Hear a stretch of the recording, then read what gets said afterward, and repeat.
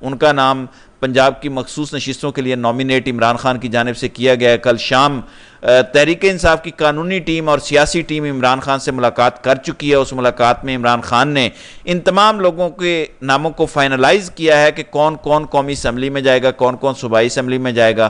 یاسمین راشد عالیہ حمزہ کا قومی اسمبلی میں ہے، یاسمین راشد پنجاب اسمبلی میں، صنم جاوید پنجاب اسمبلی میں۔ یہ دو خواتین ہیں۔ آپ کو میں یقین سے کہہ سکتا ہوں کہ مریم نواز کو رات کو نیند نہیں آئے گی جب الیکشن کمیشن نے یہ نوٹیفیکیشن جاری کیا ہوگا۔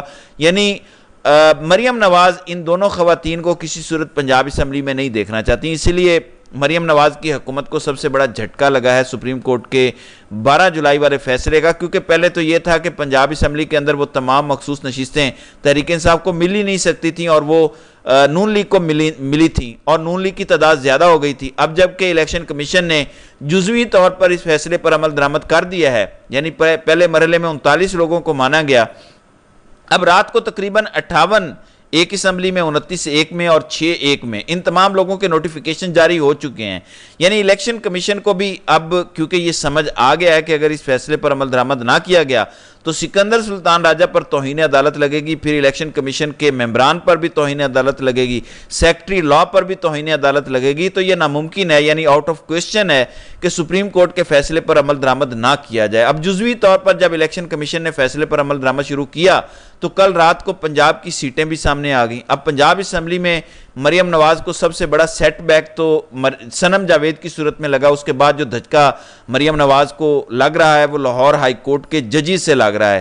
جسٹس عالیہ نیلم جو لاہور ہائی کورٹ کی نئی چیف جسٹس ہیں، ان کے ساتھ الیکشن ٹریبیونل کے 8 آزاد ججز جنہوں نے اب تک یہ طے کر لیا ہے کہ وہ تمام فارم 45 جن میں 8 فروری کو تبدیلی کی گئی، مریم نواز کی فارم 47 والی حکومت قائم کی گئی، پی ٹی آئی کا مینڈیٹ چھینا گیا، ان تمام درخواستوں پر میرٹ پر سماعت ہوگی۔ جسٹس عالیہ نیلم تو یہ لائن ڈرا کر چکی ہیں کیونکہ انہوں نے چیف الیکشن کمشنر سکندر سلطان راجہ سے ملاقات میں صاف انکار کر دیا تھا کہ ہم الیکشن ٹریبیونل میں ججز کو تبدیل نہیں کریں گے۔ تو یہ کلیئر میسج جسٹس عالیہ نیلم کی جانب سے پنجاب حکومت اور طاقتور اداروں کو دے دیا گیا۔ اسی وجہ سے مریم نواز کی حکومت پریشان ہے، خاص طور پر مریم نواز پریشان ہے کہ پچھلے 4-5 دنوں میں ملکی سیاسی صورتحال کا جو منظرنامہ تبدیل ہوا، یعنی پنجاب حکومت ان کو اپنے ہاتھ سے جاتی نظر آ رہی ہے۔ اگر الیکشن ٹریبیونل کے اندر ان 8 آزاد ججز نے کام شروع کر دیا جو کہ وہ کرنے جا رہے ہیں تو یہ تمام تر سیٹیں واپس مریم نواز سے لے لی جائیں گی۔ خود مریم نواز کی اپنی سیٹ کھٹائی میں پڑ جائے گی،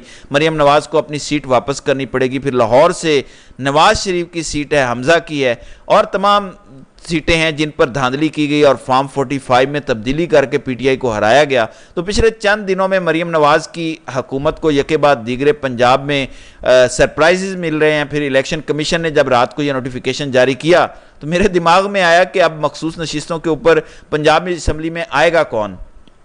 یعنی عمر سرفراز چیمہ کا نام گردش کر رہا ہے کہ وہ پنجاب اسمبلی میں آئیں گے۔ میاں محمود الرشید جو عمران خان کی حکومت میں بڑے متحرک اور سینئر وزیر تھے، اس سے پہلے پنجاب اسمبلی میں وہ اپوزیشن لیڈر بھی رہ چکے، تو مریم نواز کی حکومت کو یہ بھی ایک سیٹ بیک ہے کہ وہ تمام سینئر لوگ جو پی ٹی آئی کی اصل لیڈرشپ میں ریئل فیس ہیں وہ پنجاب اسمبلی میں آ رہے ہیں، تو مریم نواز کی حکومت کو تو لینے کے دینے پڑ جائیں گے۔ ابھی تک یہ ہو رہا ہے کہ پنجاب اسمبلی میں مریم نواز کی حکومت کو اس طرح ٹف ٹائم نہیں مل رہا۔ ہمارے بہت سارے صحافی یہ اعتراض کر چکے ہیں کہ پنجاب میں پی ٹی آئی کی لیڈرشپ اس طرح متحرک نہیں ہے جس طرح وفاق میں موجود لیڈرشپ متحرک ہے۔ یعنی آپ اندازہ کریں 8 فروری کے بعد سے لے کر اب تک پنجاب میں کون سی بڑی political activity P T I نے کی ہے۔ اس لیے میں کہہ رہا ہوں کہ پچھلے چند گھنٹوں میں یہ پورا منظرنامہ تبدیل ہوا ہے۔ صنم جاوید، یاسمین راشد، عمر سرفراز چیمہ، میاں محمود الرشید، میاں اسلم اقبال، یہ وہ تمام لوگ ہیں جو پنجاب اسمبلی میں جب آئیں گے ان کی گھن گرج ہوگی پنجاب اسمبلی میں، تو پھر مریم نواز کی حکومت کو پتہ لگے گا کہ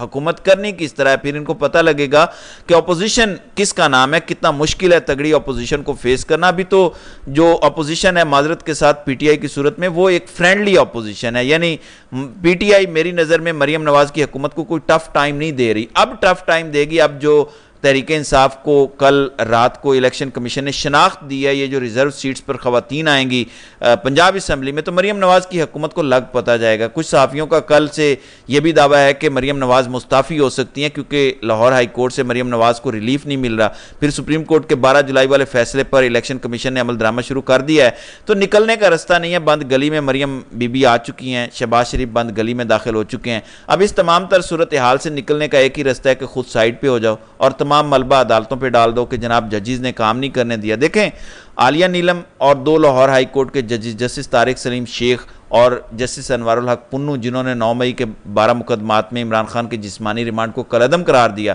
یہ گیم چینجر ڈیسیجن تھا۔ ان ڈیسیجنز کے بعد پوری ہواؤں کا رخ تبدیل ہوا، ملکی منظرنامہ اور سیاست تبدیل ہوئی۔ اب دیکھ لیجئے کہ پنجاب حکومت کے گھر جانے کی باتیں ہو رہی ہیں۔ بہرحال یہ پورا ہفتہ عدالتی محاذ پر اور سیاسی محاذ پر بڑا گرم ہوگا، انشاءاللہ اس پر مزید اپڈیٹ دیں گے۔